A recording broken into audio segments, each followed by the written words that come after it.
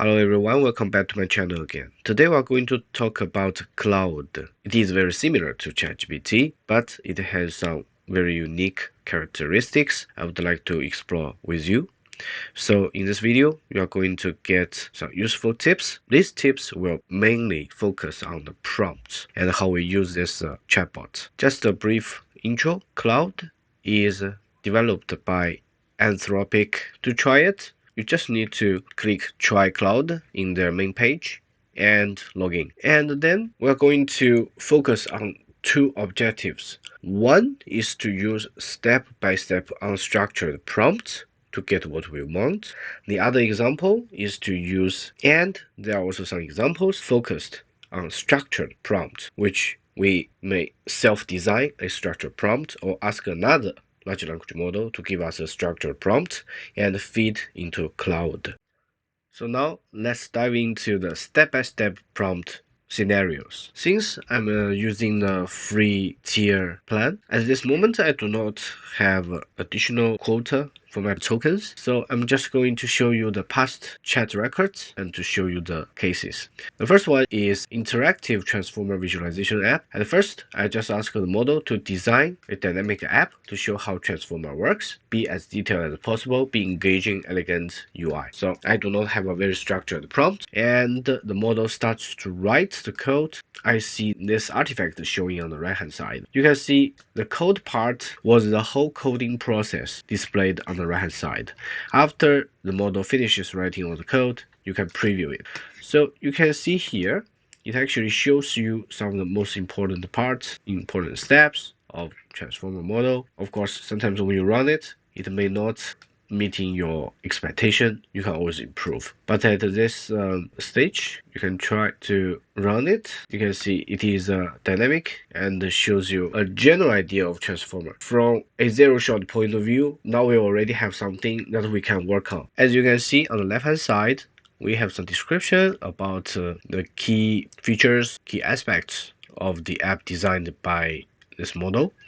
And in general, it looks good as a starting point. As you can see here, if we go to the final step, our output is just a reverse sequence of the input stream. So this is not as we expected. However, we can ask it to improve this app. Let's say show also matrix calculation simulation. Then it correctly displayed that the animation will reach the self-attention step and will display Q, key, V matrices and attentions and output matrices. Now let's take a look at this one. Okay, so if we try it, you can see here it is not working. There is error. So in this case, usually you can click here to ask the model to debug it, or you can just on the left hand side ask it to redo and write your concerns or the issues you meet. So it will go on again. Usually, if you are in the free tier plan, it is very likely that you need to ask several times to get a very useful result. As you can see, until here, I said debug and improve, nothing happens. Until here, after several rounds of chat, now we can have something including both the input string, transformer process, and also the matrices, the Q, V, K, attention, and output matrices. Of course, it's not 100% accurate, but at least now we have something displayed here. So let's see. I find it too simplified. I want it to highlight the stepwise calculation results. Let's see. Actually, here you can see in each step, it actually separates the different matrices inside of each step. So whenever you see it dynamically here, you're going to see each step involves different matrices. This is improvement, but as you can see, it is still far away from how transformer model actually works because it's only showing partial information. Eventually, I hit the limit, so I did not go on with the improvement. But at this point, you have two choices. You can debug this code by yourself, improve this code by yourself, and run it in environment about the React application. Or if you are in paid plan, you can keep asking questions to improve the app. Or as an alternative, you can just copy this code and ask in another model to improve. The next example I'm going to show you is also the step-by-step prompt. So in this chart, I asked it to provide me dynamic chart showing macro indices for Eurozone for the last available data, and it gave me first of all, an empty chart, but it mentioned some of the information here, but we do not see the data. So I say, I see nothing, and ask it to improve. Actually, at this step, it shows me some figures about the yearly GDP, inflation, and unemployment of the Eurozone. I suppose this information comes from its training data, because I do not see any citations here or available links. Of course, you can add such requirements in your prompt to get a fully cited data. Then I say I need a bar chart, line chart type of thing. It's a very general prompt. The first attempt, we got error. Then I said nothing showed. First of all, it redo the table or tabular information to display to me how these data evolve in the past years. I think this is an improvement because it comes back to check the data and display in a structured way. So I ask it to show me the bar chart. Let's see. This is very interesting because this is not a dynamic bar chart. If you use Python, you know Plotly, you know different packages to show the data dynamically, either bar chart or scatter plot. But this one was out of my expectation. So the model actually is showing the bar charts in a very different way. It is not showing the results in an elegant display, but it is use the ASCII code. It's just showing you some black boxes and simulate a bar chart. As you can see here, we have a scale that each black box equals 2 units for GDP, 1 unit for inflation and unemployment. Now, let's go to another example. In this example, I'm evaluating the question and answering responses of a different large language model. If you saw my previous video, you know I did some tests about Notebook LM, a new product created by Google, and it can help you summarize and retrieve information from the information you provided. I asked Claude to evaluate each of the responses. As you can see here, some of the information are pasted here, some of them are txt file. So no matter which is the format, you can feed to the prompt altogether. Then I said I use as many as measurements possible on judging below QA quality, show results in a table chart. The first attempt, as you can see here, the artifact failed to load, which means it's not working. Then we try to improve, and you can see this bar chart. Okay, from a UI point of view, it is better than the previous chart that I showed you, because in this bar chart, you can see it is dynamic. When you hover the pointer above each data, you're going to see annotations about the name and average score. Okay, in general, it looks good. I also asked it to provide a valuation grid, which means that I wanted to see details of the evaluation, not just the average one. But unfortunately, the model does not provide me evaluation grid. Then I ask it to actually show me the table. You can see here, there is a table of the evaluation of each QA document. And you can see it evaluated the consistency, clarity, completeness, accuracy, simplicity, and the average score. Then I ask it to show me a dynamic table. No, it cannot. So in this case, we actually feed into the prompt with multiple information. It can help us to evaluate, to summarize, and provide us dynamic display. But please pay attention, at least in the free tier model, it cannot always successfully show you the data visualization in the artifact. Now let's take a look at some examples of structured prompt. First of all, I'm going to use step-by-step prompt to show you the first results. Then we take a look at the structured prompt case. So my use case is to design a Russian cubic game and demo it. So it actually annotates the game in Russian also, and the artifact can be run. Let's see, you can just play the game. You see, in general, it looks good. Let's see if it can cancel. Yeah, it seems to be working, and we can also see the score here. As you can see on the left hand side, it also describes how this game is designed. Then I ask it to improve the UI. Let's see. Okay, after the improvement, you can see the UI is much user-friendly because you can see each box now is not so rigid. It has some curves in the points. Let's try. Yeah, it is working. Okay, it is working. But as you can see, if I long press the down button, it does not go faster. So there could be many different details that you can improve. And I say further improve and allow the speed up function. And let's see. So in this case, Let's see if we can speed up. No, we cannot speed up. Let's try it again.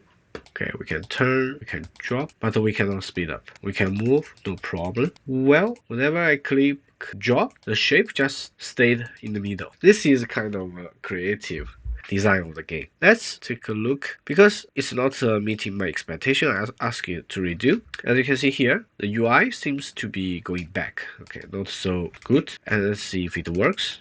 No, nothing works because you do not see the shapes here. Whenever I refresh, you can see there is a prediction of next piece, but I do not see the shape. So it describes the detail of how it designed the game, but it does not work. Okay, in this case, you see I did the step-by-step prompt. We have some nicely designed game and also some failed cases. But one thing I want to mention to you is that there are some advantages to use a simpler step-by-step prompt because the process brings you more clarity. You can manipulate some incremental changes to your results getting from the large language model. Now let's take a look at the structured prompt. So basically, I go to ChatGPT, I say design a comprehensive prompt to ask Claude to design a dynamic React game of Russian cubic. So it actually gave a very detailed description, like game overview, key features, and it is very comprehensive. And especially, it mentioned the game logic, which I think for the designing of the game, before we go into the graphics, game logic is relevantly more important. So let's take a look at the result from Claude. As you can see here, this is a very long prompt. It starts to design the game. Let's see. The reason that in this case we do not see some artifacts is because now it offers a more structured game design. So it's not like one React file will be run successfully because it may have some interconnections with other files. It's like when you write a Python program. Okay, you have the main.py, it will interact with others. It's the same logic behind. As you can see, there is a code written, but we do not see preview. As I said, I think the main issue is that now we have more comprehensive structure, so the model itself cannot handle the artifact successfully. Then we can see here are different files, like this one is about the shapes and functions. This is an independent file. Of course, you cannot get any preview. You have a game helper function and different file. Okay, I did not try it in my local environment. I just want to show you first. If you have a structured prompt, actually the result will be also structured, but it is not so easy to manipulate because now you can see you have so many different building blocks.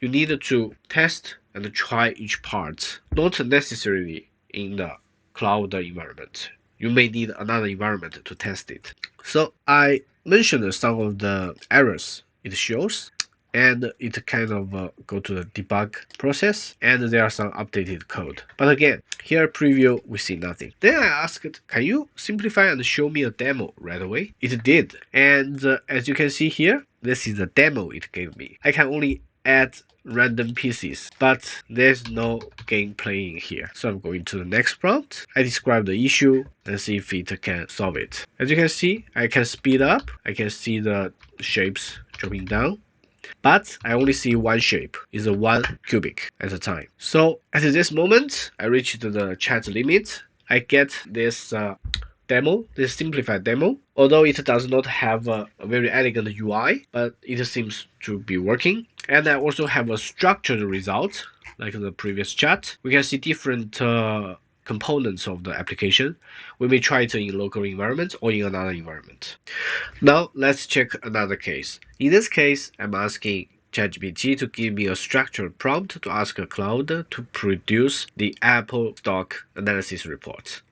So the prompt is structured as company overview, financial performance, stock performance, valuation, growth prospects, recommendations. In general, it looks good. It also said make sure to set relevant data and provide clear and concise insights in each section. Looks good. And let's go to see how the model responds. After the prompt, it first gave me this artifact about the report. Remember, this artifact is shown on the right hand side. It did not produce the report on the left hand side as part of the plain text response. As you can see, the format is very good. As you can see, some of the titles are in bold format, and In general, it is structured well, but please pay attention. Most of the numbers are hypothetical, which means that these are all made up numbers. But some of the recent developments, it looks okay. I doubt they are the most recent. As you can see here, it said my knowledge cutoff was April 2024. Then we can also take a look at the stock performance. Since they are all hypothetical, we just have a general idea about the report layout, but these data cannot be utilized. Also, the valuation, it is good. It shows the P ratio for PE and so on. Growth prospects, generally it looks good, and also risk and challenges, and eventually a recommendation. It is a bit close to the real scenario when the analyst analyzes a stock. But since some of the information are not reliable, we cannot use it. Then I said, can you cite real-time sources and make numericals in graphs? The first response, the model actually denied me for the two requests. First of all, it said I need to find the real-time numbers by myself from different sources. Then about the visual, I needed to do it by myself using Excel, Google Sheets, or so on. And it gave me some recommendations which data could be potentially visualized using different data visualization. However, I said only make the data you gave to visuals. Right, so I just want to see how it transfers the data to visualization. It actually used the artifact to show some of the data. It looks good, but some artifacts does not work. Like this one is YTD stock performance comparison. About valuation, there is a table display, looks good. And it also made some additional comments, like some of the charts it did not provide. It provided me some ideas how to create them. So in general, you can see regarding the structured prompt, like generating reports and so on, the model will respond with a very organized information format, like this one is a report format. And you can also keep on asking to improve some of the parts. But at this moment, it cannot just improve the existing report. For example, ask for visuals. It cannot just add me another graph on the right-hand side of the data. In this test, we can see structured prompt can in fact ask the model to generate more structured layout, but for some details, we still need to be prudent because like the data citation, like the visualization, like your additional requirements. Let's conclude this video. So I have shown you two different types of interaction with Claude model. One is with step-by-step prompt, the other is with structured prompt. As you can see, in the step-by-step prompt case, you can do more detailed manipulation about the interaction with the model, get step-by-step results, and you can also see clearly the incremental results and improve your understanding of the process. We have tried the case to visualize transformer model mechanism, to gather and visualize economic data, and to evaluate Q&A transcript from other models. In the structured prompt case, usually we can have more comprehensive output, which will require us more time to investigate each component, to review or debug, either in the programming case or in the report generation case. We have tried two cases. One is to build a Russian cubic game. The other is to generate a stock analysis report. So I wish this video is useful for you. If you like my video, feel free to give it a like, leave a comment. If you like my channel, please subscribe and see you next time. Bye bye.